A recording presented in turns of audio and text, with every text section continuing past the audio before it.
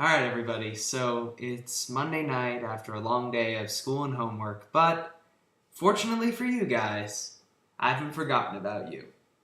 Welcome to yet another edition of This Week in Film. Before we get into it, I just wanted to make a quick salute to the death of an actor who taught us all that with great power comes great responsibility. Uncle Ben, aka Cliff Robinson, died last week, and he lived a long, full life, and he was a great actor, so rest in peace. So we had 3 big trailers come out this week. The hell? I seriously don't know where this is coming from. What the hell? My computer is being taken over by the Lion King! So, just to clear up that mystery, that was a pop-up on the website where I found the poster for our first trailer, The Twilight Saga Breaking Dawn Part 1. Oy vey.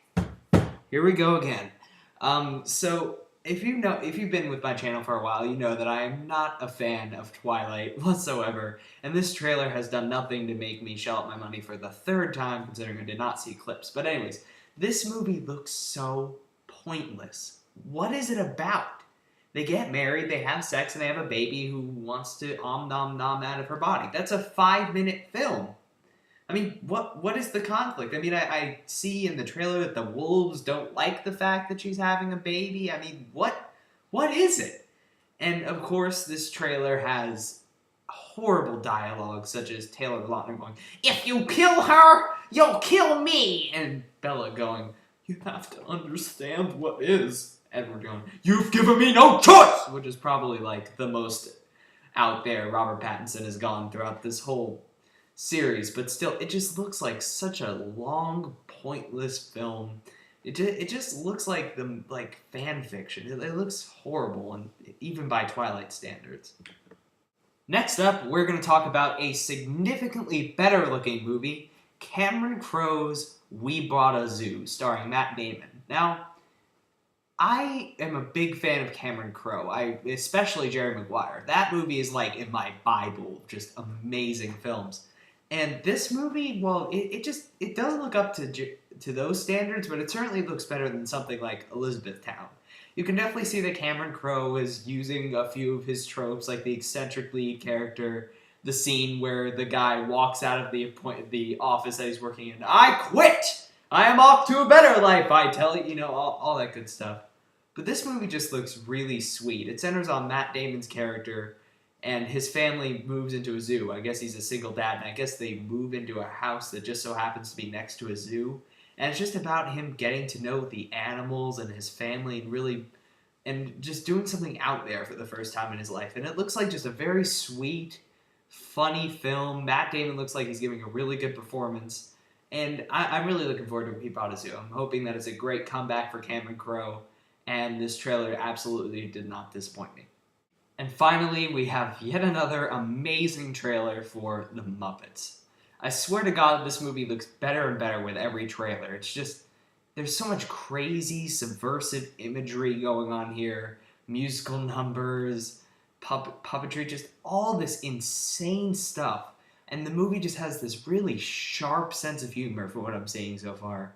Just with the parodies of the different trailers, especially this one. This was by far the smartest parody out of all of them because they actually made a couple jokes about the trailer for the movie within it, and it was really funny. This movie looks fantastic. As people who followed me earlier in the year know, this is my most anticipated movie of the year. I'm a huge Muppets fan, and I can't wait for this thing to come out because it's going to be fantastic. Also, quickly worth mentioning, the trailer for Rodrigo Cortés, who directed Buried's next film, Red Lights, came out this week, and it was just a little teaser, but it's a good appetite whetter. And also, I know the trailer for J. Edgar came out today, but that's for next week, my friends. Now we've got some quick news. Danjo Unchained got some few updates this week. That's the new Quentin Tarantino film. And the first update is that Samuel L. Jackson has joined the cast. Hell yeah. And that Kevin Costner has left the cast. Double hell yeah! Also worth mentioning is that the Highlander remake that will never happen got a director, Juan Carlos Frandillo, who is also attached to the remake of The Crow. Nice picks there, guy. 2 movies that'll never ever happen, and you have your name all over them. And finally, we have 2 very embarrassing pieces of news. The first is that Top Gun is being converted to 3D. Why? I thought you guys were making a sequel. Seriously, what the hell? Now the homoerotic planes will be coming right at ya! And finally, Hollywood continues its starvation for ideas by announcing a remake of Point Break, which is a movie I haven't seen, but I do know that it was made in 1991, and that most of the people involved with it are still working today. So this is just embarrassing, guys. And I know that it was already remade pretty much in the form of The Fast and the Furious.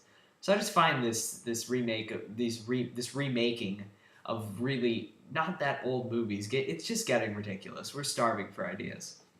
And that is the show for this week. I hope you enjoyed it. If you like this show, subscribe to the channel, give me feedback, all that great stuff. And until next time, I'm Movie Kid Mike, making sure your time is worth your money.